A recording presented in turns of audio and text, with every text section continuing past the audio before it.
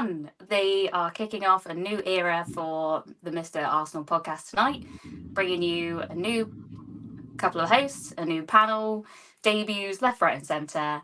And as I say, a brand new era for the All Arsenal show. Talking about all the men's games, the women games, any news, anything in between. So if you are in the comments, feel free to drop any questions you like, any topics you'd like us to talk about that we may have missed. We love interacting with you, so do please get involved. We will start off tonight with my co-host going forward. Liam, how are you? Yeah, not too bad, thank you, G. Welcome on board and congratulations on your debut show, which is going to be good to see. But yeah, I'm still kind of getting over the events on Saturday, so yeah, I didn't get into 7:30 in the morning, so at least we talk about that, the better at the moment as it goes. We will get into it. We will. Brilliant. And a familiar face to us, Sparks, how are you? Yeah, not too bad, and congratulations on your new platform. Yeah, well done to both of you. In the presence of royalty. You're very own Jim and Natalie. And we've got some newbies joining us tonight for the first time. So Bez, how are you? Good, thanks. Thanks for having me. No worries at all. And joining us from really sunny America, Mackenzie, how are you? Yes, I'm doing great. Thank you for having me. Good. No problem at all. Thanks for joining us. Let's just get straight into it, shall we? The 4-1 win at the weekend over Newcastle. So we'll kick off with the starting 11, if you can, please, sir. Yep, I will get that up for us now. Sorry, guys, I just had a little bit of a brain freeze there. There's my first mistake of the day. But get it out of the way early. Yeah, get it out of the way early. There you go. Not at all. Here we go then. There we go. Yeah, so obviously we've spoken a few times previously about the starting 11 at the moment. So Sparks, what did you make of the change of bringing Jorginho in this time? Yeah, I mean, I thought he'd come in for the Porto game, and I thought he'd either be a sub in this game. But I thought he was a welcome addition. Nice to see the way he was utilising Havertz as well. I just like the starting lineup. It was just really fresh, the same but quite refreshing and fresh at the same time. So I just really liked it. Nice. Yeah, and Bez, what were your thoughts on the starting 11? And is there anyone that you would have maybe preferred to be in the starting 11 or bench this time? To be honest with you, looks solid, and as Sparks said, it looked good, and I'm happy that he's utilising Havertz as a, I'll say like a striker kind of centre forward role. Yep, brilliant.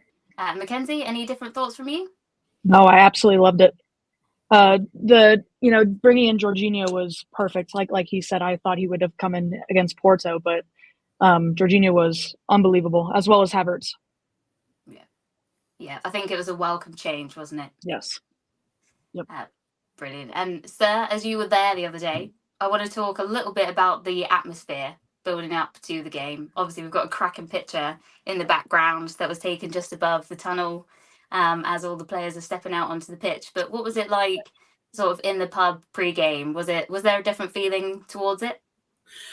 I think there was a different feeling towards it. I think we knew how much of a big game this was. I think we knew that due to the needle, I believe, that's been embedded in between the Arsenal and Newcastle games over the last probably 12 to 18 months. I think that played a factor. I definitely think the St James's Park game and how that kind of ended up, we needed to make some of the wrongs right from that game. So I think 100% the fans were up for it. And what really impressed me was how well the club were up for it as well, and what they'd done in the background before the game in terms of obviously the message that came out on Friday night in terms of the light show, in terms of the flags, the scarves. And I can't fault the club, honestly. I thought it was an electric atmosphere on there Saturday night. I watched the first half back last night, and it seemed as good as it's been in there for a long, long time. And I've seen some cracking atmospheres over the last 12 to 24 months, but I think that was up there with the very best on Saturday night. Nice. And Sparks, how was it for you? Did you get to the game? Yes, did, yeah. How was it for you? To be honest, I think it's one of the best atmospheres that isn't a Tottenham game for that there's been for a while. Obviously, the Tottenham games are just a different level generally. I believe the flags were put on by Red Action and that they weren't for taking, so that they need a bit of credit as well. I feel that the Aldrin, the Ashburton Army get a lot of credit, but they seem to publicise what they do.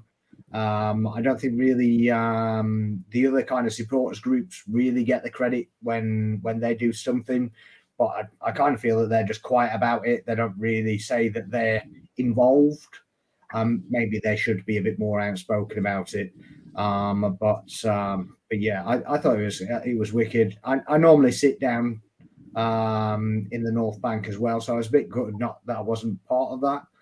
And kind of, a bit disappointed that they didn't spread anything into the upper tier as well. But then at the same time, I can kind of see why they don't.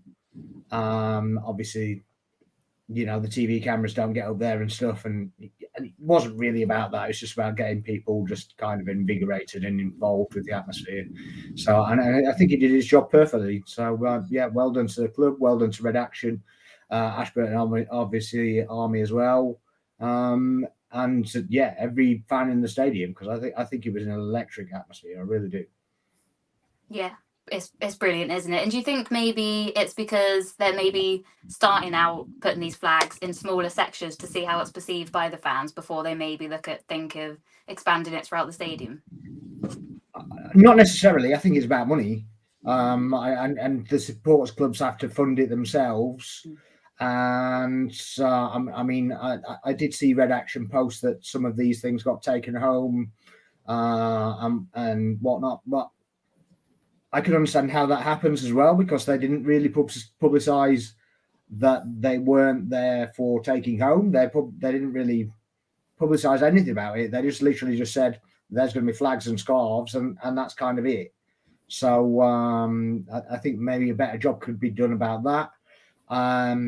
There's a couple of tifos, obviously. The East Stand, right? I know they don't do tifos very often. Man alive, they screwed that up. It must have took them half an hour to unfurl that tifo. It's just crazy. They need to get some practice in. But yeah, it looked really impressive anyway. But, yeah, if not a little bit cumbersome. Yeah, that's fair to say. Bez, is there something that you like seeing in the crowd pre-match, and do you think it should be funded more with the club to maybe get it around the stadium? I totally agree. Simply B now, I think, is going to 16, 17 years now in Emirates Stadium.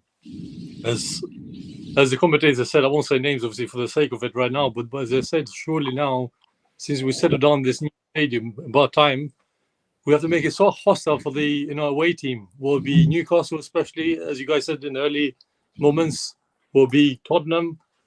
But the way we build out that momentum, that crowd, moment that you connect with the crowd, that connection you build together is amazing to see again. And for me personally, growing up as an Arsenal fan years gone by, I think by far this is the best atmosphere I think we're seeing right now in the club, in terms of will be the fans side of it, the players engaging with the fans, which is nice to see. Also as well, they play for the shirt. Again, I can't fault anything so far in that side of it. Yeah, brilliant. And Mackenzie, what about the Flames? Did you like them? And do you think it's something we should keep? Oh yes, definitely. I think like he said, it brings just another element to the game. It brings the fans in, and we always hear about how hard it is to play at Liverpool, how hard it is to play at the Etihad against City, and if we're gonna, we're Arsenal, it's supposed to be hard to play at the Emirates. And it has been in the last couple of years, but we always hear about Liverpool and Manchester City. But coming from someone who in college in the United States, we do Flames every single game, and the college kids love the Flames. So I'm 100% on for the Flames. And you think it should be every single game, like a lunchtime kickoff or a 3 o'clock kickoff, or do you think it should be saved for these bigger occasions? I think, some of these bigger occasions, I agree. I think the bigger occasions definitely. I mean, it might be a little odd in the middle of the day with Flames in the middle of, August and stuff like that. So I think probably, starting off with the bigger games, and if everybody really likes it, then you can maybe move forward with some other games. Yeah, that's brilliant. Liam, we'll come back to you. Obviously, from all of this build up, North London forever. Do you think that now the club, especially Mikel Arteta and the players now, believe that this is what is going to get the crowd going? Because there has been times this season that you've said yourself that the atmosphere has been dreadful, despite not just being the 3:00 games either. So do you think this is now them realising that, look, if we just get them going, get them ready, put on a little bit of a show before the event happens, and it will help carry the players through the game? I think it's easy to get that atmosphere in the evening because for several reasons. Obviously, it's a night game. You can do a light show, can't you, at night? Everything looks better at night, if we're being totally honest, in terms of the atmosphere. Everyone's been out probably for like last 4 or 5 hours drinking, and obviously getting to the stadium well up for it. I do think that it's not just the fans, but I think the fans and the club do need to try and make it a little bit better on a Saturday lunchtime or a Saturday 3 p.m. game, because there is a massive divide there. And I've said it for 2 years now. I've not been to a 3:00 game where the atmosphere has been good. And it's quite surprising, really, because everyone wants a 3:00 Saturday game. Mm-hmm. But when everyone turns up for a 3:00 Saturday game, it's dry. So I think there is areas to improve and areas to work on. But I think the positive side of it for me on Saturday was what the club done on Friday night. And I think that's a big change in stance. And I think that they do realise now that maybe last year they might not have pushed it as much in terms of the atmosphere going into February, March time. And maybe that affected our performances a little bit in terms of the goals that we conceded early on in them games. And we was chasing a lot of games, weren't we? But if you look at the Bournemouth game, look at the Southampton game, we was chasing that. We was having really bad starts. So hopefully by doing all this, it kind of obviously gets the fans up, it gets the players up. And you're seeing it on the pitch as well. Like we started again on Saturday. And to be honest, I thought Nottingham Forest was the best 45 minutes I've seen at home all season.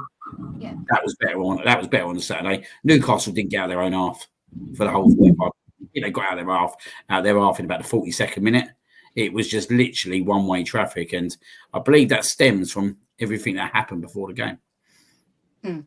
That's it. Once you get everyone on board, the crowds singing, cheering, geared up for the game. Obviously, a few drinks in at that point as well, as we all would be. Yeah. It just gives that extra fight, doesn't it, I think, for the players and the fans. Yeah, it does. And I think there's a different attitude with the players this year, in my opinion. I think we've got a few more leaders in again this year. Like we've got Declan Rice in. I like Havertz personally. I think he's flexible. I think we said that at the start of the show. He's very flexible. And for me, I've been saying for the last 2 months, play him up top more. And he does a job. And what he does as well is he can play out top. But what he can do is drop into that number 9 role. And you think against Liverpool, he got a player sent off. He's a very, very clever player, Havertz. And he doesn't get as much credit as he deserves at times. But really glad he scored on Saturday. He should have had another. And that's what he's got. That's part of his game he does need to work on. Yes. And if he works on that side of his game, do you know what? He's more than a £60 million player. If he can start working on that finishing, then I think we've got an absolute incredible player on our hands. Yeah, absolutely. We'll get into the miss in a minute and a couple of the goals. So starting off with the first one, obviously we'll go to you, Sparks. Own goal in the end, but another corner. What's happening with us? Yeah, the set pieces are becoming a bit of a theme, aren't they? Yeah, I mean, obviously we only score set pieces if you look at the media, but it's nice to see. Obviously the centre backs causing problems. Just bigger players. We've got bigger players that bit more imposing, and somebody that can whip a ball. Since Ozil, we haven't had anybody that whips the ball in, and Rice does it. Obviously, Saka does it when he does it. Takes them from the other side as well, and it's just so refreshing to actually see something that troubles the actual defence. I mean, apparently you're not allowed to stand offside before the ball's kicked anymore. But not quite sure about that one. But the rule is as when the ball's kicked, isn't it? I always thought, but there you go. So it's just nice to change it up. On Havertz, I think Havertz's presence up there is just such a credit to him. He's so powerful. He's quite strong in the air and strong physically, and I don't think he gets enough credit for that. I also like that he allows the overlap on the right hand side by basically moving himself over to the left hand side, and basically takes defenders away from the middle. Basically, he started opening up the space for Saka and White and a bit of Odegaard on the right hand side as well. So enjoyed that as well. Nice. And then with the second goal, obviously Havertz heavily involved, of course, tucked it in. Bez, what did you make of that play and his finish in the end?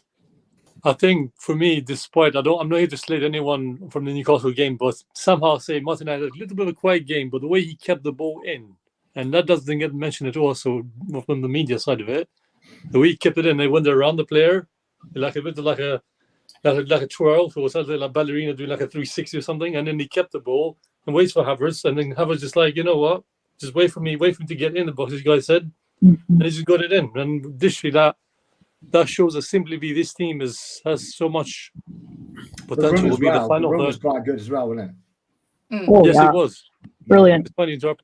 Yeah, it's amazing to see this. And do you think that's his confidence starting to show now as he's getting into those positions, whereas maybe a month ago he wouldn't have anticipated that? I'm not going to lie to you. I know he played for Chelsea, as we know, but I watched some clips of him, as Liam just said. I watched him when he played for, if I'm correct, was it Leverkusen, ironically, before Chelsea? Mm-hmm. He looked a complete different player. For us to see him up top, and he's obviously a tall lad, it seems he's benefited him big time. And also as well, I think he's enjoying the responsibility, being the big man in the middle, to do the hard work, as Liam said, to make people suffer. You know, we need a player who gets in within the sticks, as we say. Mm-hmm. For me personally, since we signed him, I believed in him. I got slack by a few people I know, and they'll know who I'm talking about if they see this. But I will simply support him every simplest way. He's done everything he could ask for 60 million, and the song justifies the price tag, as we say as well. They go well together, don't they? Oh yeah. Like rice and like rice and chicken. I just said, sorry, excuse me. Mackenzie, I just see a comment there from Robbie C saying, loving Jorginho, what a signing he is. Oh my gosh. What do you make of his last two? I think his last two performances have both been man of the match, haven't they? Brilliant. I mean, the way that he controls that midfield with Rice, and the way that he, his balls out to, Martinelli and, with Ben White, overlapping, it changes the game. And like I said, I think, the next game with Porto, I think he's going to be a big help if he's in the lineup, which I think he should be. We were definitely lacking, that just those through balls and, just his presence in the midfield. And I think, he's been unbelievable. And I mean, Gabriel has been immense as well. He's been unbelievable, not just on the defense, but, those corners. We're corner merchants. We definitely are. Finally. Yes. After so many years of being so wasteful of corners and set pieces. Now it seems like a new coach has come in, given us all these different ideas. Someone else said in the comments, the decision to put Rice on a corner has just been a game changer. Brilliant. Yep. Nice. Amazing. Well, I still think he'll take penalties before long. Do you reckon? Yeah. He'll do everything. Saka He'll do and everything. I think he'll literally just control everything, and it'll just end up taking the penalties. He'll be like Jorginho was for Chelsea, basically just kind of control everything. He'll just take over. I can just see it coming. It's such a mental monster. It's unbelievable. Nothing phases him at all. Mm-mm. True, and hopefully one day the armband on it as well. Yes. All I want to see is that. Oh. I said hopefully he'll have the armband one day. Yeah, no, but that's what. Yeah, That's what he's looking like, that type of player straight away, isn't he? yeah. That He does could that just without take the that role. armband anyway, doesn't he? Really? Yeah.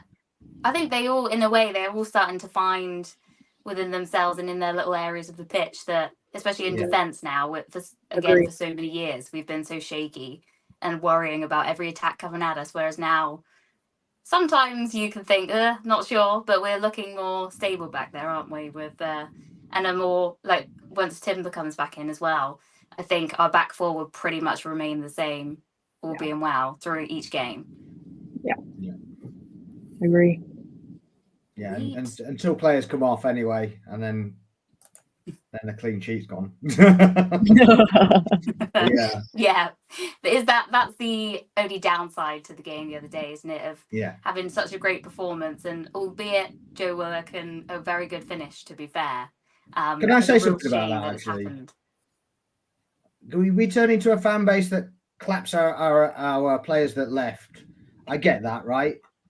But not when he scores against us. Come on. I mean, let's be real about this. Can we not do that? I mean, I just holding my head, like, just going, oh, come on, man. You've applauded me on the pitch. You can applaud him off the pitch. Not a problem. But not when he chuffing scores against us. Come on. Where's the mentality there? Come on. Mm-hmm. And it's not like he's only just left, is it, either? He's been gone a few years now. He's been gone a while. He wanted to play more. He gets to play more. It's not like it was his first appearance off the bench for them or anything like that. He's played against us before. He's played games continually before. Yes, he was back from injury or whatever, but I don't care. You know, I don't want to see him score against us. You know, I'm more than happy that he's getting game time and he's happy. Brilliant. I'll applaud him on the pitch. I'll applaud him off the pitch. Yeah, when he scores a goal, absolutely not. No. And nobody should be doing that, in my opinion. It's just craziness. Mm-hmm. I think we all agree with that, to be fair. And Liam, the third goal, what a brilliant finish and footwork from Saka again. Yeah, he's back in his groove, isn't he? I actually thought that was Saka's best game for a pretty long time. And I'll be honest, if I had a man of the match, I think I'd have given it to Saka personally. I thought the first 15 minutes of the second half, I think we come out and I think it was more of a job that it's not concede. Do you know what I mean? Because it is 2-0, and if we do concede, it totally changes the complexion of that game. Yep. But everything that was good was happening in that first 15, 20 minutes from us was all being driven from Saka.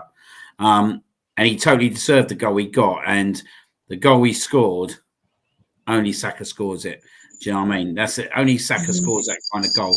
And yeah, if he's not on the alleged world-class bracket yet, he's not far away off it. And I just think that he just needs to go out in the Champions League now, prove a few haters wrong, and I don't think there'd be no one doubting there.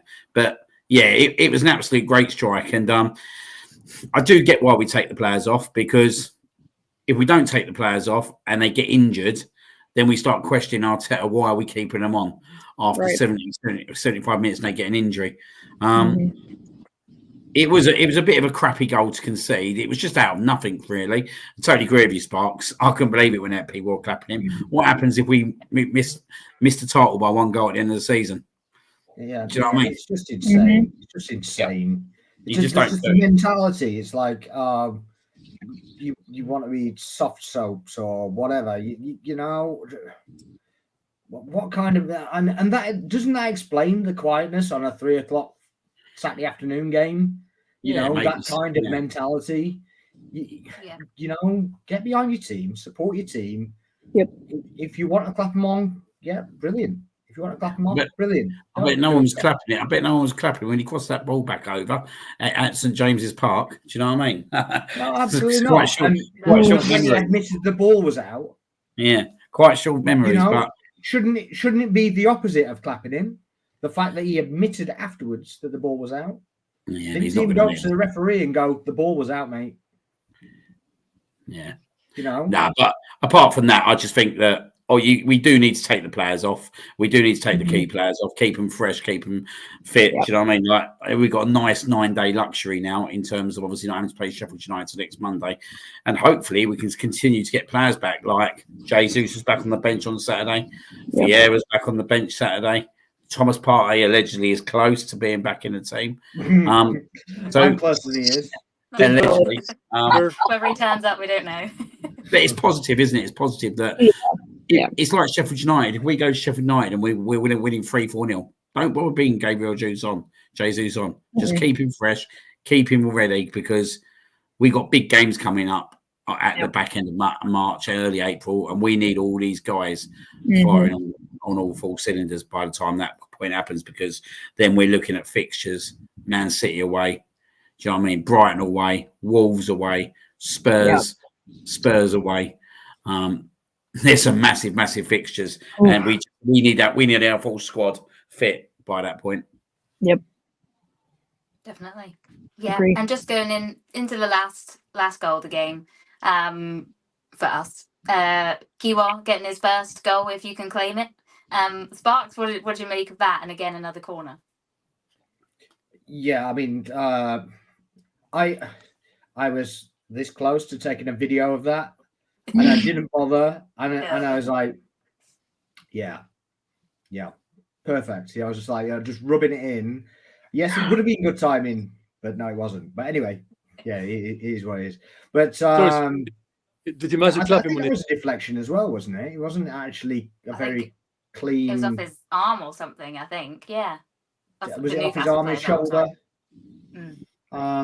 Yeah. So I mean, they deserve it anyway, don't they? But yeah, I still think we could have had a couple more goals, to be honest with you. And it's a little bit disappointing it stopped at 4. But I think when we got to 4, it was a right decision to take players off and just literally just keep a bit of freshness, get a bit of rotation in there, get some some movement in the legs and stuff of players that not necessarily had as much game time as they perhaps would like. And just keep it fresh. I mean, at the end of the day, damned if you do, and you're damned if you don't, aren't you? So if he doesn't take players off, people go, why didn't you give him a rest? You take him off. If he conceded a goal, why did you take him off? So you can't win really. It's no.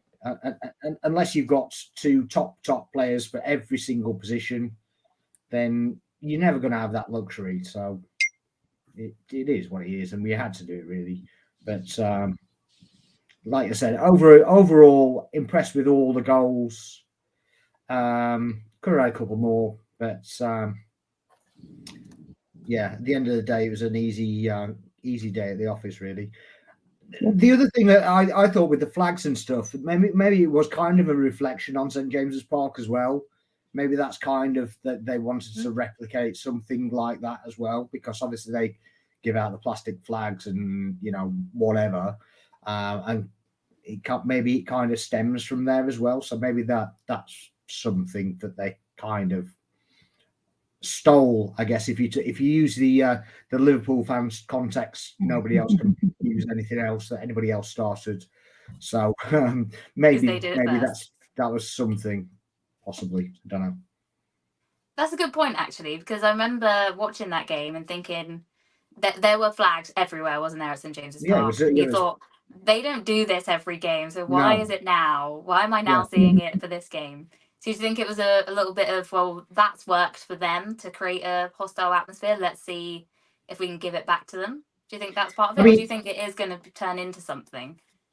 I don't know, but as Mackenzie said, it's kind of a very American thing to do, and I'm quite surprised it hasn't happened before, having American owners and such like before. But obviously, they may well have thought with their wallets before, but actually seen it, happen and help at St. James's, and basically gone, well, under the lights, let's try it. We know that there's slightly different regimes going on, so maybe it's just something that they thought they'd try, and in fairness, I think it worked, didn't it? I think so. Yeah. Well, as we've kind of been talking about it briefly there, we'll go into Monday night's game. Obviously, Sheffield away. We've, as I said, we've touched on it a little bit there, but with that in mind, as Liam said, we've had a 9-day break by the time the game comes round. Other teams obviously playing midweek this week, so we are probably the freshest team at that point. Is that something that you would like maybe Smith Rowe to come in and play that game, Liam, or is it just go with the same 11 but then give them the opportunity to get some fresh legs towards the end of that game? I just think now we've got to go with our strongest team every game. I don't think we can mess around. Like, I think with the Fulham defeat and the West Ham defeat, I think it's left us with quite minimal leg room to kind of wiggle around in the Premier League. And when you look at how consistent Manchester City and Liverpool are, I think the question was just asked there, wasn't it? In terms of how many wins are we going to need? I think we need at least 10 wins out of 12, if I'm being totally honest. Because we've been here before with Manchester City, and as we see tonight, De Bruyne's back, Haaland scoring goals. So we are going to need to literally win at least 10 out of 12, if not 11. Can we do it? I don't know. We're in good form at the moment, but as I said, I think it all depends on our squad, where we are in April. I think that's the big factor. It depends who's fit. I think if we can get Partey fit, I think if we can get Jesus fit, I think it gives us a bloody good effort at giving it a go. But I wouldn't be messing around with anything now. I just think you've got to go to the strongest team week in, week out. And I guess the only question that Arteta has to ask himself is, when he's playing the likes of Sheffield United, does he need to play Jorginho and Rice? I don't think he thinks he does. So it wouldn't surprise me yet again if Jorginho goes back on the bench next Monday. And it's quite weird, isn't it? He's literally been made man of the match for the last 2 games he's played because he's been that bloody good. But I think Arteta will sit there and think, do I need to play Jorginho and Rice together against Sheffield United? Probably not. So it wouldn't surprise me if Havertz goes back in against Sheffield United. It wouldn't surprise me if Jesus comes back in. Yeah. Sparks, do you think that we should be making any changes, or do you think we should stick with the starting 11 from the other day? I just echo what Liam says, really. It's got to be the full starting 11, whatever works the best. I still think it's to take into account the time period between games, because obviously more rotation when the European games are on, and then we can think about whether we need to play Jorginho or whatever. I guess we don't know what's in Jorginho's legs as well, because by the end of the Newcastle game, he was flagging. He was done. He tried to run back. I mean, he's not very quick anyway, but he tried to run back at for a certain defensive set, and he was just like, he was done. He almost fell over, I think. So I don't. Can he play consecutive games? I don't know if that fitness is kind of a problem for him. Maybe it is. I don't know. But obviously, it's not another game in 3 days. So I fully expect him to start again. But Porto's an example where we're wrong, and he does what he sees as best, and it used to be the time where we could all pick the starting 11, we could all pick the subs bench, and if we can do it, then the opposition manager can definitely do it. So the fact that we watch them every week and we're struggling has got to be a good sign that we're not quite so predictable with the starting 11, what the subs are going to be, and a little bit harder. Not obviously, managers, but a little bit harder to set up against, and that's quite refreshing for me. Yeah, definitely. Got a question here from Russ. Do we stick with Kivor, or do we revert to either Zinchenko or Tommy if they are fit? Bez, I'll come to you on that one. I was trying to think very carefully about that. I'll be honest with you, I have nothing against Zinchenko, and I'll not attack him here. But despite what's been through, he's not been the same top form. Kivior's been super for me. I mean, he knows when to attack. He knows when to defend. He knows his position. He knows his role. Sorry. Tomiyasu's another one. Again, when he's on form, he's just lethal with his presence. He looks calm on the ball. He's not scared like most defenders that we used to have. It's tricky, without question. It's tricky to answer that question. But basically, for me, at this present moment, I think keep Kivior still. I think because if you take him out, I think you technically ruined a little bit of the morale because you can see the team loves him. Like on Saturday, you can see the way he scored his goal was just brilliant. He just stood there like, you know what? Thanks, Rice. You cook it. I'll just head it in, back of the net, So literally, I was just grinning, thinking, "Wow, this boy's only been also only like a year, and already the team just loves him being around that unit." Mm-hmm. I love Zinchenko again. I keep saying, I love Tomiyasu, but for the meantime, at this present moment, till as Liam was saying, let's keep what we have. Let's not tinker now. Let's not play around let's not play around with our starting 11 just yet. It's too soon. Mm-hmm. So I'll say that as it is. I'm really sorry if you can hear fire alarms going off in my house right now. They're so loud. They'll be off in a minute. Okay, we're done. We're all safe. It's fine. We're good. And same question across to you, Mackenzie. Is there anything different? Do you think if Tomiyasu is fit, he deserves it, or do you think after the performances that Kivor's done, he deserves to stay in the team as long as different happens? Yeah, I think he deserves to stay in the team as of right now. Tommy is, like he was saying, is immense when he's on, and Zinchenko is really good when he's on. But I mean, the way that Kiwior is played as of late, I think, don't mess with the team, keep them together. I mean, if we're up a 4-0 or something and Tommy's, or Zinchenko are fit and ready, I think, you throw them on, see how they do.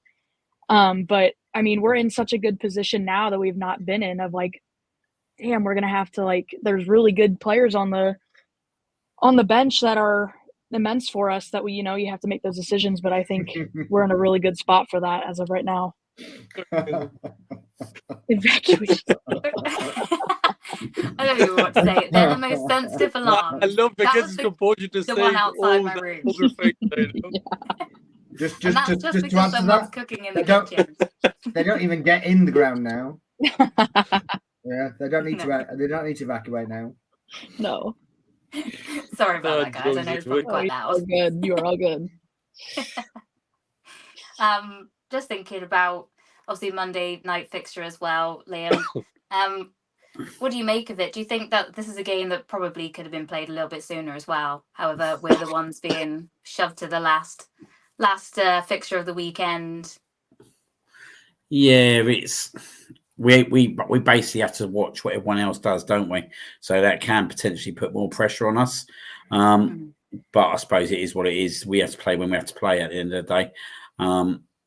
It's a Monday night. Last time we went there on a Monday night, we lost 1-0 with Unai Emery.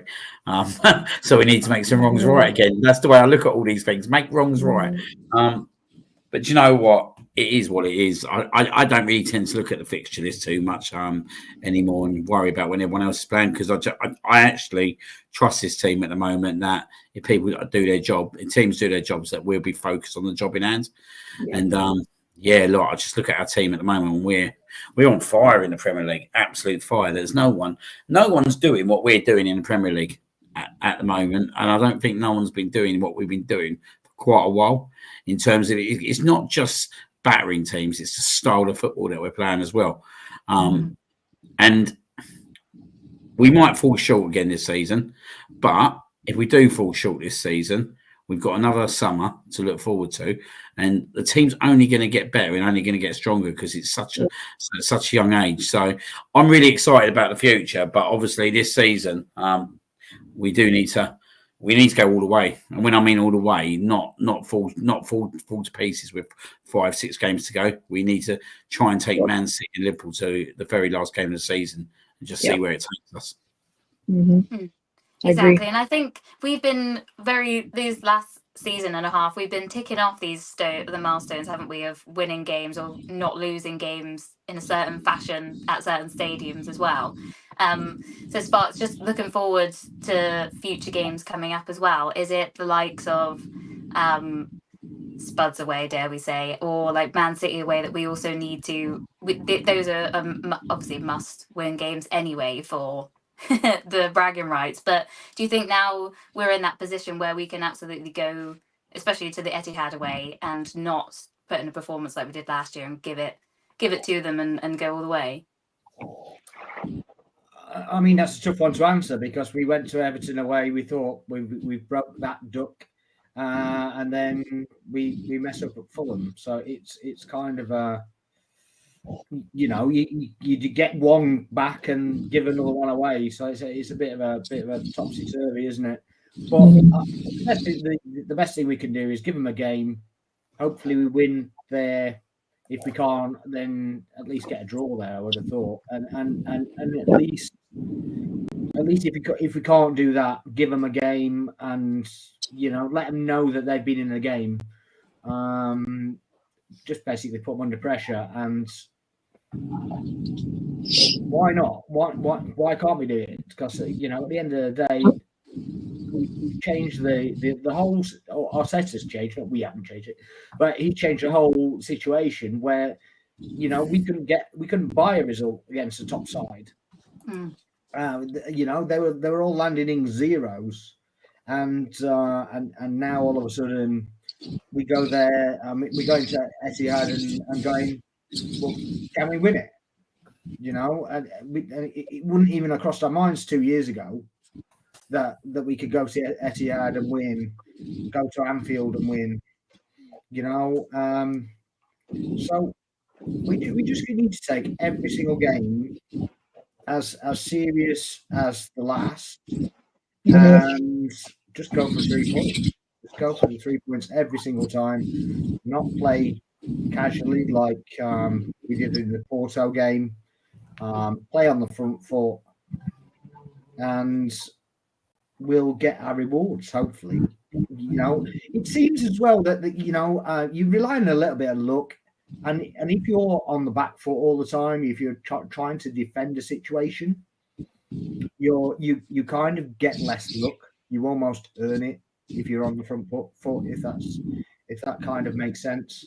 So yeah, I think that has a little bit to do with it as well. But yeah, and going back to the Monday night thing, you know. It shouldn't matter if it's Monday, Tuesday, Wednesday, Friday, Saturday, Sunday. If we can't beat Sheffield United, certainly right now, then we don't deserve to win the league anyway. What's wrong with Thursday? Thursday nights. Thursday as well. You know, like Thursday nights, do you? Yeah, Thursday's Thursday. I mean, it's not even that anymore. Yeah, well, just a couple of Trip me up there, aren't you? Hey? Yeah. People in the chat there are already going for some score predictions, so I think we'll finish that section on that, because there's not really a lot to say about Sheffield United, really, is there? As respectful as we can. We'll go with you first, Bez. What are you reckoning for the score prediction on Monday night? The home leg was 5, so I'll say this one. I'll say 6. He's gone for a biggie. Yeah. Happy man, the new year. I mean, I've even read my notes. We have to start the year strong, continue strong. Long it may continue. Yes. Mackenzie, what are you feeling? I'll go 5-0. I fully expect it'll be 2-0 within the first 25 minutes. So Nice. Liam? I'm going to be a bit more cautious. I reckon they're going to go totally opposite what they did when they played Aston Villa. They're going to literally sit 11 men behind the ball. Mm-hmm. I don't know if it'll be as convincing as it will be, but I'll still go for a 3-0. But I just think that they're going to pole behind the ball. But as soon as we get the first goal, then the floodgates potentially will open. Yeah. And Sparks? I'm going with the majority of the chat. I'm going with 4-0. Yeah, I think I was going to go 3-0 as well. I always like to be a bit more cautious and be proven wrong in a good way. 3-0 is not really that cautious, you know. Yeah, but against this team, I think it is, isn't it? Yeah. You got to be respectful still at the end of the day. You can't expect you're going to go and smash them. No, we can't be here like 8-0, can we? That's just I mean, let we it could, happen. but we Let didn't. us Let it be happen. pleasantly Let it happen. surprised. Hopefully, because they didn't have two players square up to each other last weekend. Yeah, two of their own players. Yeah. Yeah, Yeah. so, As well as the Yeah. red card. I didn't know they had a red card, It would- but yeah. It would check by VAR as well. No cynical behavior between the two teammates, as far as I know as well. Oof. Nice. Yeah, I can't believe yeah, they checked that with VAR. It's ridiculous. Let's not I know, go to right? VAR. Yeah. That's a whole no, we don't need to acknowledge that Mm. system. No. But yeah, I think that pretty much concludes everything on the men's game at the moment. Obviously, we've got such a big break. There's nothing midweek to talk about. So if you guys are happy, we'll just head over to the women's section for now. Yep. Brilliant. Yep. No problem at all. Well, what we'll do is we'll go back a couple of weeks ago, the fixture at the Emirates against Man United. I don't know how much you guys know about it, and it's no problem if you don't know too much, or if you want to chip in at any point, let us know. But yeah, I attended this game very luckily, got there in good time this time, and 12:30 kickoff when you're traveling as far as I need to on a Saturday morning is not always ideal. But in this picture here, this is the tunnel outside on the way to the Emirates from the Tollington, and I believe they're called the Red and White Arsenal. They're a group of fans for the women's, and they did a pre-match walk from the Coronet all the way through the streets leading up to the ground, and this is a brilliant snap. We're not sure who's taken it, so full credit to whoever it was. Just as they're about to hit the tunnel, you can't see how many people are there, but I can assure you there was a lot. We'll come to Mackenzie first. How nice is it to see this for the women's game? Oh my gosh! I mean, it's immense. To set a record for the Women's Super League, and just to see the amount of dedication and support for the women. Being a female athlete myself, you don't get to see that a whole lot, on the main stage with a lot of the big teams. And I mean, it is nice being from the U.S. to see there's a huge, following for the U.S. national team, the women's. But even then, it's immense to see the direction that they're going, and to see that the men's team, is also providing their support for the women's team is just brilliant. It's awesome. And Bez, do you watch much of the women's games at all, or is it something new that you're trying to get into? I'll be honest, I do enjoy it. I was there against the Chelsea one, and they had their record, record crowd, as we say, but sadly, your one toppled it. So I was like, yeah, great, thank you. I'm going there on Sunday, just as a last minute decision, which is now against the Spuds. So there should be interesting atmosphere on there. Yeah. I'll try to have a good time. Try and keep my Arsenal badge to myself, especially when he's Spuds is the other side, as we know. I mean, the team's going strong. I mean, it seems the whole women's football now, since as Mackenzie is saying, the American national team, the ladies ones gave us a little knowledge how women's game can change, but now seeing at least our ladies team has been truly, and I'll say, a beautiful sight to see how it just changed so quick now. I'm seeing a lot of people now embracing the ladies, I think, football a bit more now, which is nice to see. It's refreshing as well. Makes a little difference. Like, you have something to keep yourself busy in a cold Sunday or Monday, in these days. So it's quite nice to see this. It's refreshing to see them do well. But so far, I think even that alone, I think both sides of the club are doing well. The men's are doing well. The ladies are doing rather well. I can't complain. Other side looking good both ways. Yeah, and in this picture here, this is one I took. So it's saying the new Barclays WSL record is 60,160. I'll be honest, from being in two different seats in the stadium, there were quite a few empty ones. So I'm not sure, not downgrading it in any way. It makes me emotional every time I see something that big for the women's game. But I'm not sure if that is actually the attendance that was there on the day, or if it is the what had been sold. But either way, the numbers like that, as Mackenzie said, from like the women's point of view, seeing that is just ridiculous, and it doesn't register just yet. Liam, what do you make of our club putting on these big events and giving the women what they need to progress the game? Yeah, I watched the game at home on the other Saturday, and yeah, the game was done, wasn't it, in the first half, we're being totally honest. And I kind of expected the second half to kind of peter out to the way it was. But what fascinates me is that we're hitting these crowds now for over the last season. And you have to start asking your question, when's the decision going to be made that they'll play all their games at the Emirates? Can it happen? Can it be worked around the men's fixtures? That's probably the tricky part.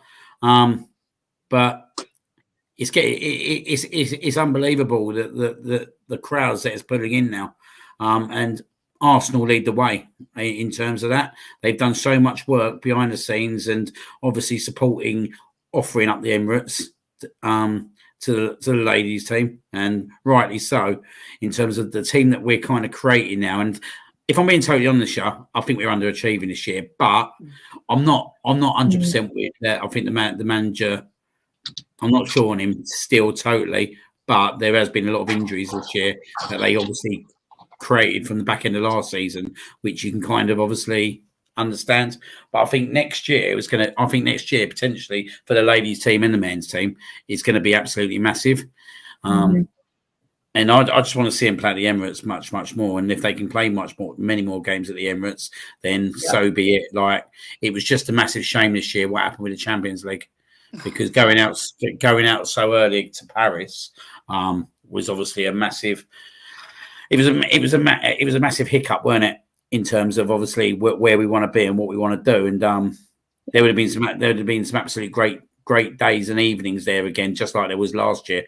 And we were so unlucky last year with Wolfsburg. We was that close, weren't we? But you know what? Fair play to the club. We're leading the way. There's no one else doing what we're doing in the whole of England. Mm-hmm. Yeah, absolutely.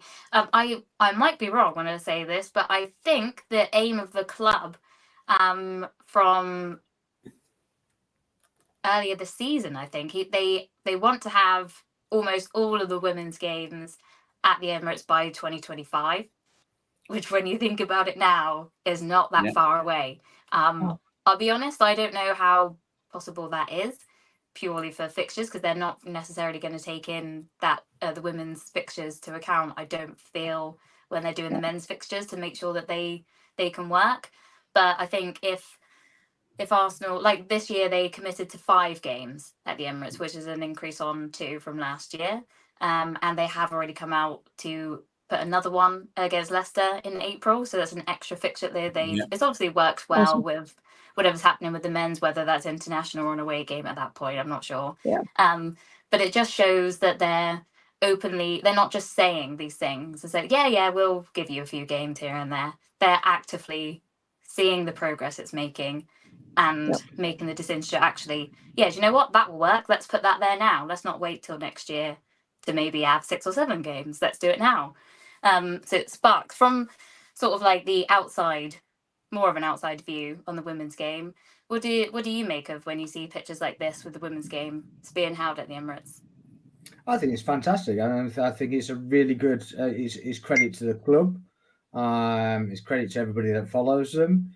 I know a lot of people, a lot of you guys that actually go to the games and such like as well. I'm a lot further away. Otherwise, I'd probably make the effort to do it myself as well. The trains and stuff like that to get from where I live to get up to Emirates, is just a bit of a pain in the backside on most occasions. Anyway, I mean, if they could coincide it, so it's basically one game in a morning and then a game in the evening. I don't really see that much of a problem with it. But if they could get more games there, then it raises the profile, doesn't it? It basically gets more of a following, more people can attend, and people get used to it. The more people get used to it, the more people go, and the attendance will go up. There'll be a queue, just like there is with the men's game, and the world's an oyster, isn't it? Because at the end of the day, if you're selling out 60,000 tickets when another club's selling 30,000 and less, then it can only be good for the club. It can be good for the owners, and it should be good for everybody. Really, it's the whole infrastructure should embrace it, and more games should be attempted to get there. I mean, obviously, you can't facilitate for drawing the league and then you go, well, it's an hour earlier, so you can't have it there. But the men's game's always going to take precedent, unfortunately. But it should be structured so that it's worked out if it is possible. But I think, again, that's just something that comes along with the growth of the game, doesn't it? It doesn't. I'm not someone that wants to have these changes now. I understand that it's a process, and maybe let's see if we can increase ticket prices to see if the crowds still remain the same. I mean, for me, it's great because that's the less I have to spend on my whole journey and whole weekend going up to the games. But it would be nice to see maybe next year a little bit of an increase, and then see. I know it's kind of aimed at bringing in the seats at the moment with the families, but when you're actually in the game, you're looking around the stadium. The mixture of fans that are at these games now aren't just like kids and their dads. There's like groups of young lads all just together, openly going to the games with women's names on the shirts. So Mackenzie, what do you think of that? Do you think it's maybe something we could look into with an increase, or do you think we should just keep the steady pace at the moment? I think as of right now, keeping the steady pace, just seeing how many, we know that we can get to that point. And then, obviously, adding the Leicester match in April is another big test to see, like, can we fill the stadium even for a lesser opponent, and Leicester be respectful about that. But definitely Leicester than Man United, to see what we can do with that. And if if it stays the same, we can, steadily increase that. But no, being able to see a lot of, young girls, even, young boys and stuff like that go into the games to see the women's play, and, being just excited is such a big step, and is emotional for someone, who didn't have a lot of people going to their games when they were younger. So it's awesome to see. Yeah, absolutely. Just to really quickly answer Jonesy's question there, he said, I think if we got rid of Jonas, who would we replace him with? And I can't pick Serena. How class would that be, by the way? It's a tough question. I think it definitely wouldn't be that blue lady that's about to leave Chelsea. That's what I said. You can't pick her either. Not a chance in nothing. To pull one out the hat quickly, I would maybe say like a Casey Stoney. She used to play for Arsenal. She started her WSL managerial career with United when they came up to the WSL, and I think did pretty well. She brought Alessia Russo over to England, so that's something, isn't it? Yeah. So I would maybe go for her. She knows a bit about the club as well, and I think that's important. As we've seen with Arteta, that they've got to have a bit of knowledge and maybe heart for our club as well to understand what it all means. So thank you for that question. We'll go to Bez, because you obviously mentioned that you're heading there on Sunday. Yes, I am. Are you going with a group of people, did you say, sorry, or just... with my friend. Again, we just decided today, last minute, because I think what happened yesterday, the website crashed. It means surely it's going to be an old sellout crowd then if the website's crashing. I did see it was 50 the other day. Sorry? I did see they did, I think it was on Saturday, they put out that they've sold 50,000, so... What I was saying, my friend, she tried on Saturday, I think the website crashed, and then she checked again, I think just yesterday, and she got home today, just about she managed to get through for again, for £16.50 is not bad, but what she was telling me, low tier, I think so quickly, because I think it's more like a group one, like they do the Ashburton Army, and then the top one, I noticed something about the top bit of when you watch a ladies game, somehow, again, it feels like the men's, we play these mid teams, nothing against them. It's like literally the top is so quiet. Literally 1 minute one side is so loud, and the middle is a bit dead, as Jones was saying. The other side is loud.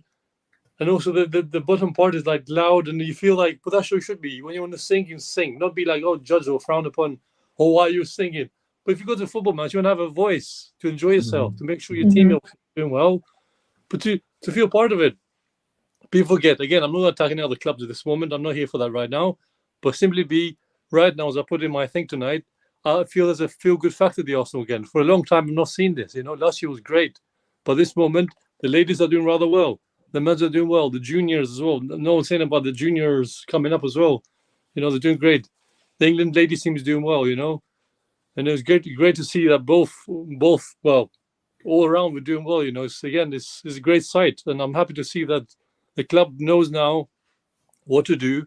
But simply because you guys were saying, I want to see, and maybe me saying too much, I'll say maybe if we have, let's say, 2 games in Emirates in one day, if it happens, I'll say I have a slightly early kickoff to balance people who live outside London.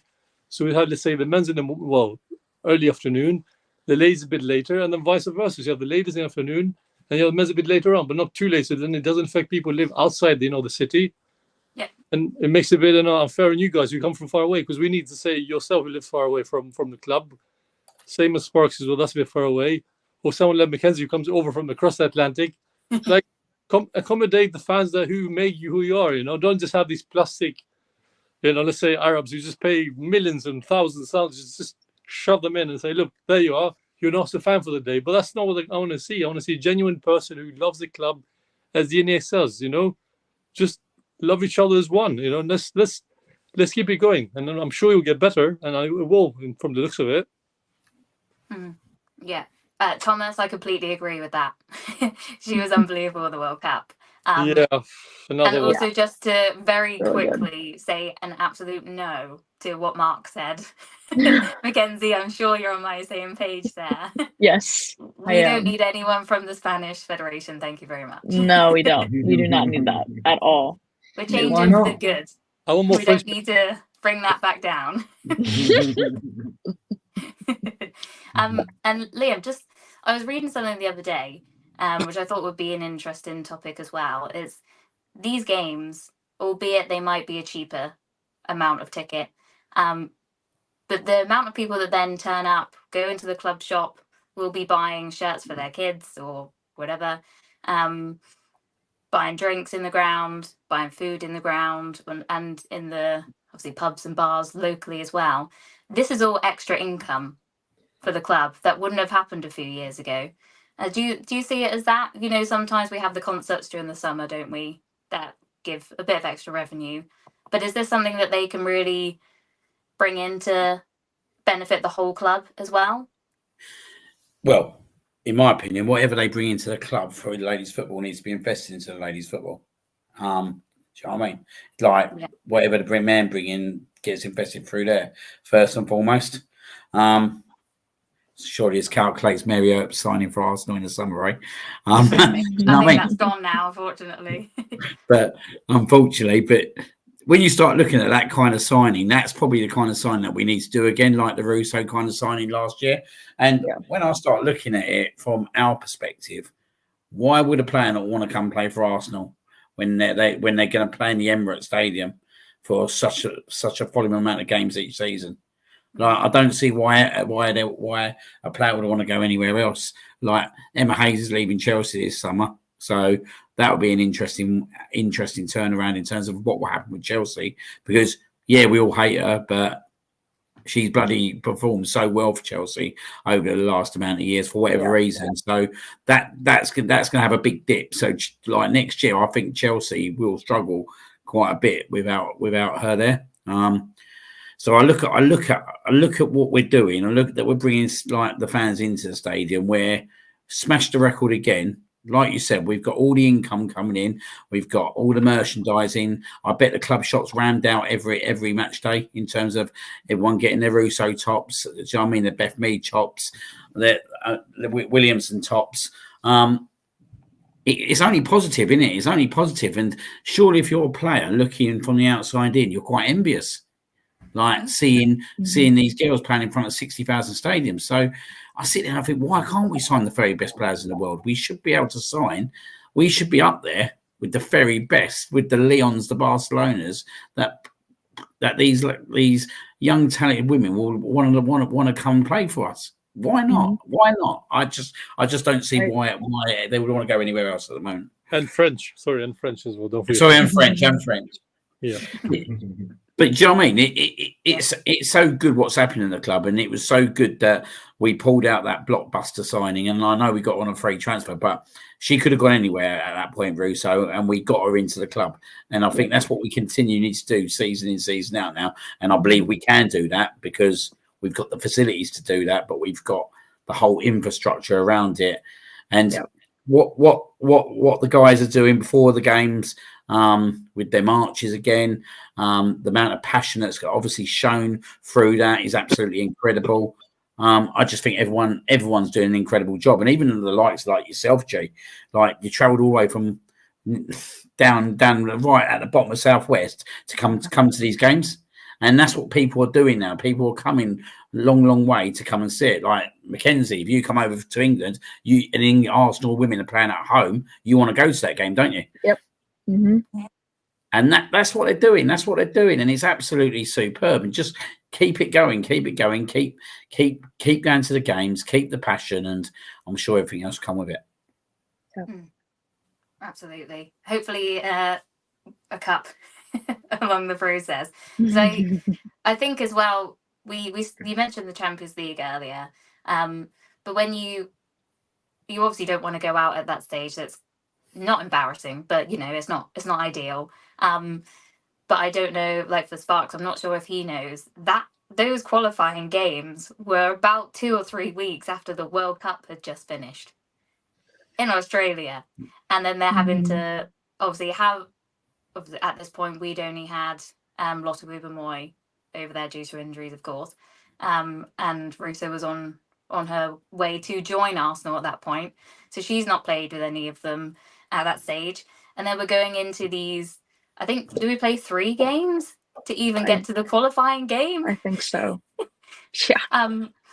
Sparks, what do you think about that and the scheduling? Because that would never happen in the men's game, would it? After a World Cup, you're not going to be shoved straight in to very important games like that. To be honest, when I think I remember watching the Wolfsburg games, and it almost seemed like every couple of days there was a women's game on at the time, and I can't remember what the other games were, but it was almost like there seemed to be getting a lot of coverage from Sky, and I had a bit more time on my hands at the time, and I was actually watching it, and it was just like, I'm sure I just watched a game 2 days ago. Is this a recording or something? And no, it's live.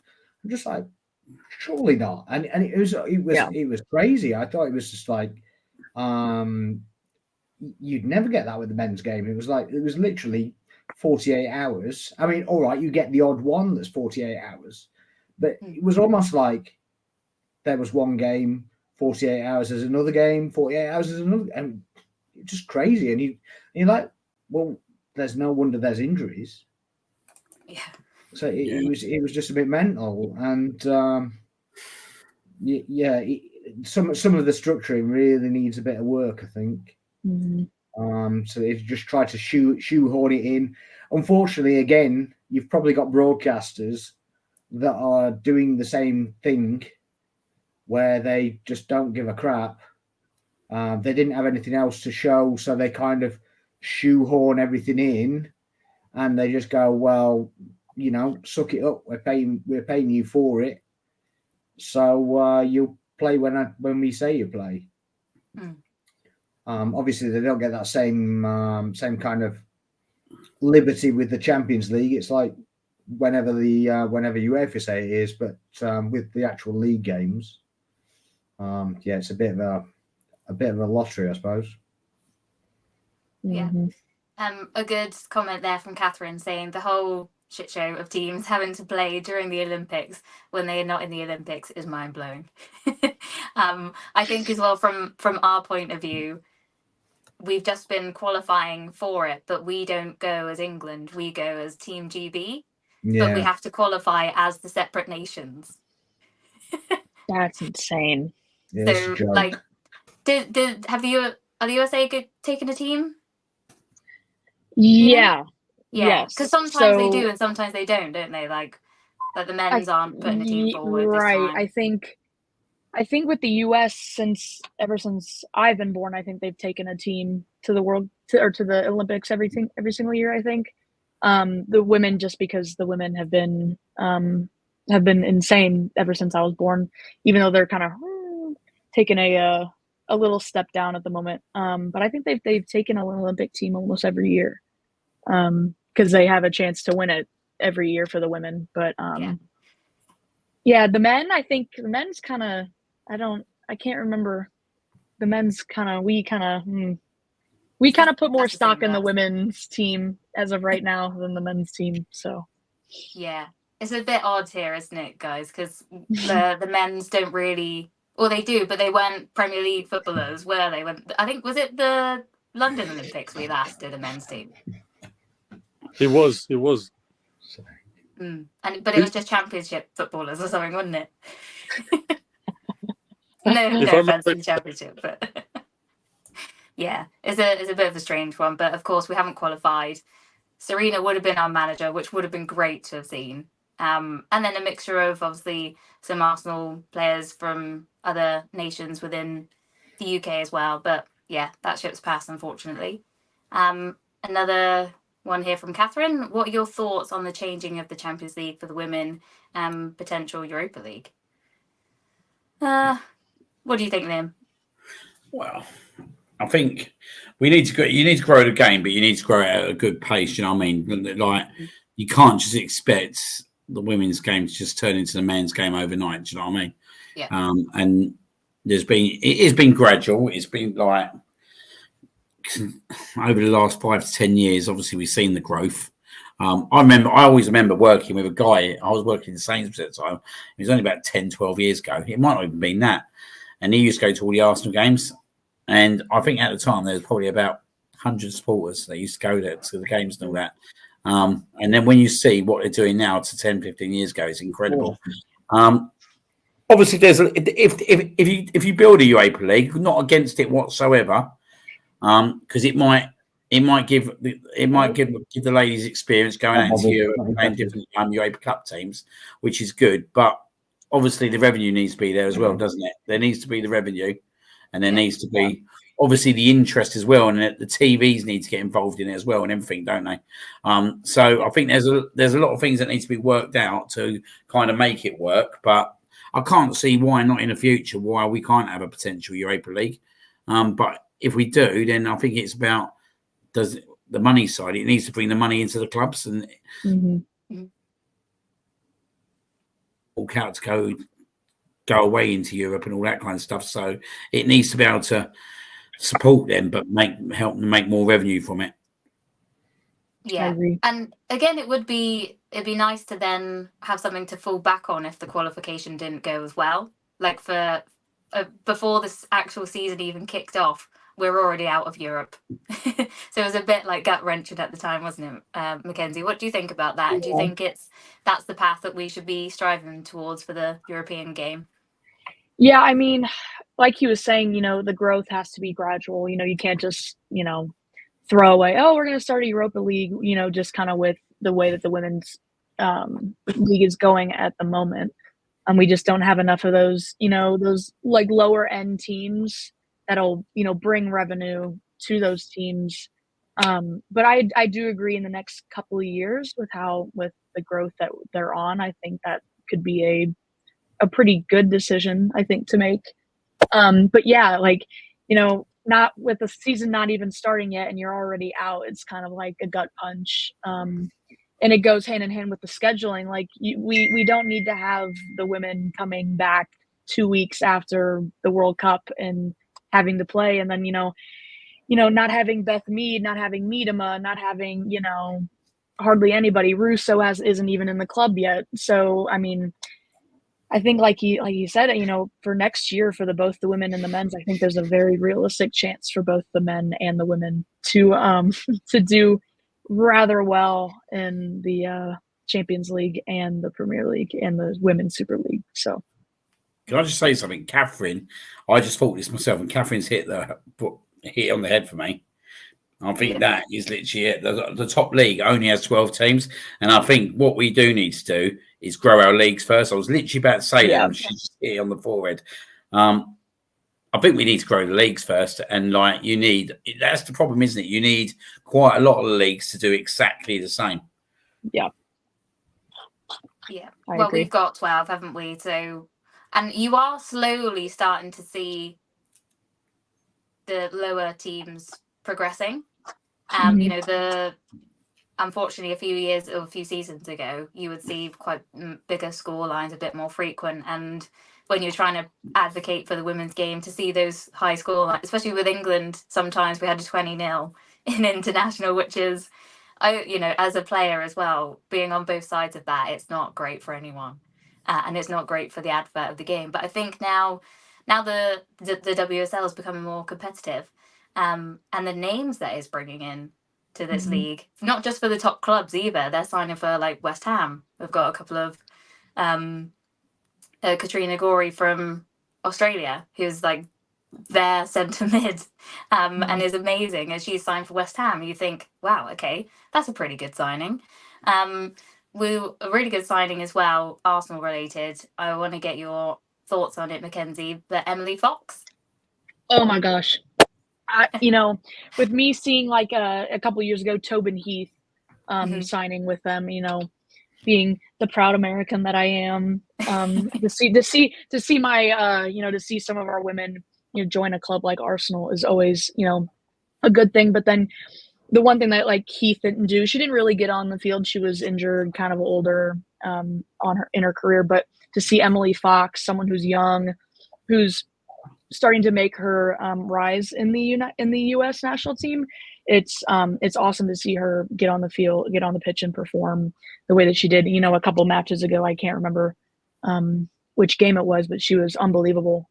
But yeah, no, to see them sign, a young American who's on the rise is always a good thing for me. Yeah, I thought you liked that. and it was the same thing with Turner. To see him be able to play and to really showcase his talent, and then look really good in the World Cup, and then be able to have a starting position at Nottingham Forest is a good thing as well. Yeah, definitely. There are some good talents out there from America, to be fair, that are making their way across now, aren't they? In the Premier League, obviously, and the WSL. So it's always nice to see. Mr. Tom 28 there said, do you feel the WSL will become an 18 to 20 league team anytime soon? I don't think so right now. I'll throw this kind of question across to Sparks as well, but more so with the clubs in general in this country, unless it's the likes of us, Chelsea, the usual, Liverpool getting there, United, City, do you think that the clubs kind of have a responsibility to sort of start backing them, seeing as what they can achieve now and the growth of the game? Do you think that they should be stepping in a little bit more to sort of start that process for their club? Absolutely, they should. Yeah, without a doubt. But unfortunately, the other clubs probably just see it as a mechanism to basically put more money into the first team rather than anything else at the moment. Until the actual game grows and the leagues grow, then they're not really going to take it that seriously. There'll be the odd ones that just want success all over the board, and they just want to, like some Man City, they just want to win everything, so they just like throw money at it.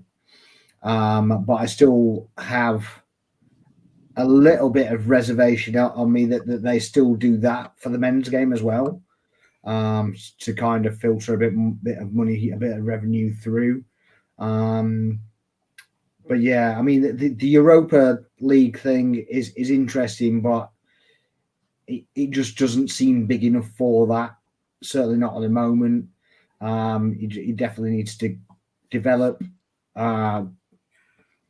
just basically fill bigger stadiums more regularly and bring in revenue for clubs. And once other clubs see that that's happening, then maybe they'll do it themselves. Because at the moment, they probably just see it as a logistical nightmare. And some clubs don't have the facilities to have two stadiums. Certainly not ones with a second stadium with a bigger capacity. They probably just see it as a bit of a headache, so they don't really invest that much into it. Don't get the following. I mean, we still got men's teams in the Premier League with 17,000 seater stadiums. Yeah. So while ever they're doing that with their men's stadium, are they really going to invest that much into women's football? I'd like to say that was the case, but I just don't see it. I just don't see because football is a business at the end of the day, and it's all about revenue. It's about bums on seats, fans going into the shops and such like. And yeah, it's all right doing it with a club like Arsenal. Man City is quite big up for it. Chelsea, obviously, loads of titles and stuff, so they'd probably sell loads. When I come up to men's football, I often see those shirts, but that's it really. I mean, I don't really see that much. Even Man United going to the women's games and such like. That I know it's a location thing, but yeah, until that starts happening, I don't see the smaller club, if we can use that term. We're not even supposed to use that anymore, but the smaller club investing that much money into it, to be honest. Yeah, that's I agree with fair that. enough. Yeah, absolutely. And just finally to come to you on it as well, Bez. Do you think that sometimes though it's going to take a club that maybe you're least expecting from like a championship club or whatever to be almost brave and just see it? Because it's hard for me to think that some clubs are like, well, yeah, we won't sell tickets. It's like, but if you don't give the opportunity to see what can come from a fixture, then and allow it to grow, then you're never going to know, are you, to be able to then say, yeah, let's put the money in. What do you think about that? Do you think some clubs maybe could be a little bit more proactive with it, or do you think it's just let the WSL grow as it is right now and see the income for the game become bigger first? I'll say the clubs has to do say infrastructure. The mid-tier clubs have to do more, but also the governing body for certain countries, say obviously FA for England, WFA if I'm correct is for Wales, and then Scottish FA. I think as a whole nation we need to get together and also expand the leagues, because surely, as you guys were saying earlier, 12 league team for a ladies championship. Now that's the WSL. Don't get me wrong, I'm still casually watching it sometimes.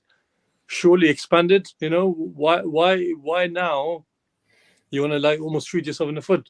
You see the leagues growing, the fan base is growing from the ladies game, which is beautiful to see. I agree with Mackenzie. It's totally beautiful to see again he's expanding, but surely as a governing body along with UEFA, these our governing bodies, our local teams, shall we say, has to do more, to say we see like there's 12 team for let's say London teams. We know there's quite a few. But today I was watching the league table. I noticed as well, I was like, some of these clubs surely have a decent men's teams around and they have a good, stable. Let's say some few, I forgot which ones I saw. But I saw as well, sadly, they don't have a ladies team at all. Even if I'm correct, please, anyone, if I'm correct, if I'm saying it properly, I even saw that Newcastle's name was nowhere to be seen. I was like, that's a joke. For a team with such rich history, if I'm correct, okay, or if I'm wrong, please correct me if I'm wrong. The ladies team is beyond my wildest dreams. It's like, surely they can see that. Tell the FA, tell UEFA, first of all, let's grow our leagues. Let's build that fundamental, structure. Let's follow it through. Like have a meetup. Have even like a meetup. Let's say Arsenal did Fusing, if I'm correct, with the men's game when they invited some fans over to have their say. Where the tide is turning. Should we expand the team first, or should we go straight? European. These European games. Excuse me, I'm getting confused now.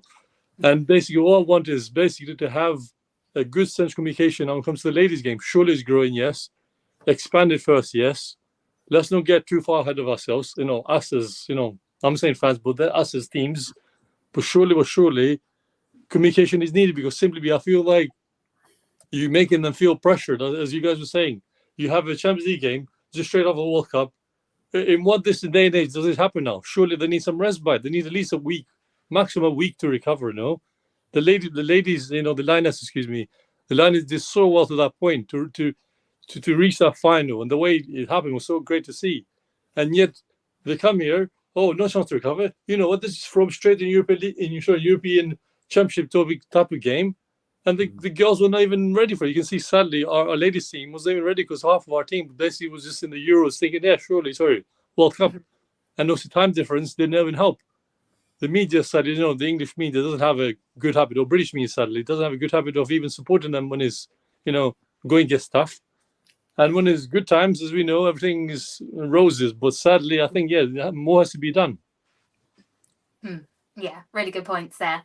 What I'll do is I'll just throw out any final questions to anyone in the chat. If you want to get anything in, what we'll do is we'll do some predictions, as some already have been, for the game, and then I think we'll look to wrap it up. So, as I say, if you do have any questions that you want to ask before we go, put them in the chat now, and we'll get through them before we finish up. So, Liam, score prediction for Sunday, please. Yeah, they're getting tanked. They're like, I still can't believe we lost to them at Spurs. And I think that's going to have a lot to do with how we're going to go and approach this game. And I just think it's going to be another like Man United. I think the game will be over by half time. I think we'll be 2-3 up by half time. So I'm going to go 4-0. I don't think they'll be able to control us, especially on the Emirates pitch. And 4-0. I think Beth Mead would definitely get on the score sheet. Russo. I reckon Stina might come on as well and get one. So, yeah, I'm going to go 4-0. Nice. Sparks, do you want to give us a score prediction? I got 3-0. To be honest, I know that the Spurs team aren't the greatest on the planet, and one of them in particular has a bit of a weird haircut, as I recall. But anyway,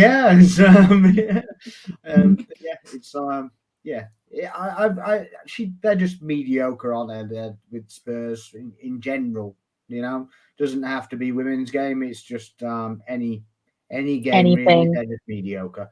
So I'd say 3-0. Just them. Nice. Mackenzie, I know you did put one in there, but do you want to say yours for the... My dad needs to make another YouTube channel. That's not me. That's my father. So I'll go 4-1. But I think the same thing that Liam said. I think it'll be over by half. They might get a lucky one out of halftime. That's my phone, sorry. I think Mead's going to destroy them. I really do. Russo, I think, is going to walk right over them. So I'll go 4-1. Nice. And Bez? I'm tempted to say 4-0 too, but 3-1 is the only thing I can have in the back of my head. I want to know 3-1, like we did against United. Nice. I think I'll go 3-0. I think maybe an early one to get it going, and maybe a penalty. I'll throw it out there as well. A question here from Catherine: Manu or Sarah? I think for now, I think we'll have to go for Manu, won't we? Seeing as Sabrina's off in Canada still, or on the way back from Canada, not available. I think it's best if we stick to what we know with Manu. Mackenzie, would you do the same? I agree. Yep. Yeah. Stick with Manu at the moment. Yeah, it's too risky of a game. It's too risky. Putting someone new in there, I think. And with us being 9 points behind Chelsea, I think you can't risk, and you can't drop any more games. Even though they'll probably not drop any, to be honest. So absolutely. Is there any further questions there, Liam, at all? We all good? No, I don't think there's any more questions. No, obviously, before I let you roll over, I just want to obviously thank you guys for coming on tonight. Absolutely brilliant. So thank you very much. And obviously thank you for everyone who's come on the chat as well, because it's been a lot of engagement there. And as I said, we want to obviously make the shows more for you guys. So obviously, if you want to give me and G some kind of feedback, what you want in terms of the shows moving forward, obviously we're very much open for suggestions and opportunities. And yeah, this is the start of it. But yeah, we want to obviously broaden how we bring the shows, and we'll listen to anything. Absolutely, yeah. So yeah, well, echo what Liam said there. Thank you everyone that's been chatting away and sending questions in. It's really helpful to bring out some ideas as we go along as well. We really appreciate it. So if you haven't already, do like and drop a subscribe. That would be great for everyone, and let's keep this growing.